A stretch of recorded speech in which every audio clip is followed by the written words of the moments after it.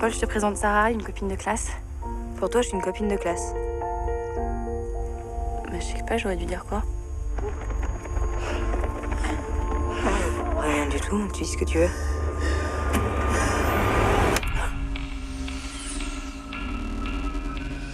Le personnage de Charlie, c'est un peu cette jeune fille qui est plutôt bonne élève, qui est bien intégrée dans les groupes. C'est une fille sans problème. Je vous interromps brièvement. Une arrivée en cours d'année, mademoiselle Perrin. Sarah. Et d'un coup, il y a cette Sarah qui débarque et qui a cette liberté complètement folle et elle est tout ce que Charlie aimerait avoir dans sa vie. Elle a cette liberté d'agissement, mais en fait sans jamais se soucier des autres. Parce qu'elle a quelque chose où elle est un peu au-dessus de tous ses petits camarades. Sa devise, c'est vivre sans se prendre la tête. L'amitié entre Charlie et Sarah, c'est comme un peu aussi les premières histoires d'amour, où c'est complètement passionnel, où ça l'est trop, en fait. On est dans l'excès de tout ça, parce qu'on le découvre. On joue avec toutes ces limites-là, et c'est en ça aussi qu'on se perd et qu'on finit par s'étouffer. Oh, regarde, on voit quasiment plus rien. Regarde. Ouais.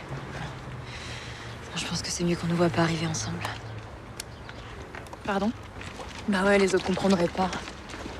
Et moi, je dois comprendre quoi? Tu viens chez moi comme ça Toi et... aussi, t'es venu chez moi, tu m'as suivi, on est quitte. Des moments de destruction avec des personnes qui sont un peu perverses et destructrices, on en a tous connu, que ce soit en tant que victime ou en tant que témoin extérieur. Et donc moi, je me suis inspirée de ça, forcément. Plutôt en tant que témoin d'ailleurs, parce que j'avais une copine qui s'était fait complètement embarquer par un mec à ce moment-là. Donc ça m'avait vraiment marquée.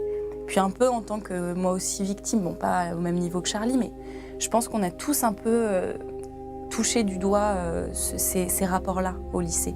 C'est une période qui est tellement pleine d'émotions, de rapports qui se créent entre les gens, d'apprentissage de la féminité pour les filles, de l'âge adulte. C'est un âge où plein de choses se mélangent et c'est complètement électrique. Donc oui, ça m'avait vraiment aidée. Tu veux dormir? Ouais. Il est tard, non?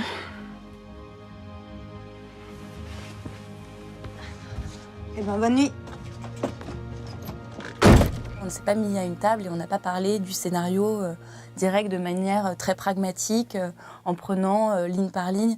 On a parlé de plein de petits moments de vie, de moments d'adolescence, comment on avait pu vivre notre lycée, ou On a regardé plein de films. choses. On a regardé des films ensemble. Ça aurait été la catastrophe si on s'était pas vraiment entendu, ce qui aurait pu arriver, que ça passe pas. Parce qu'on quand même, on a joué des scènes de destruction avec Lou qui sont très prenantes en termes d'émotivité. Et Mélanie a toujours dit, mais n'oubliez pas qu'on joue, quoi. Merci d'avoir réussi à trouver les mots pour parler de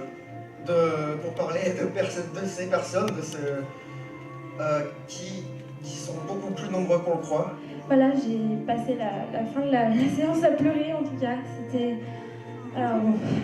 Enfin, plus qu'un film, c'est quelque chose en tout cas, qui, moi, d'un point de vue personnel, ça remue des choses et c'est vraiment...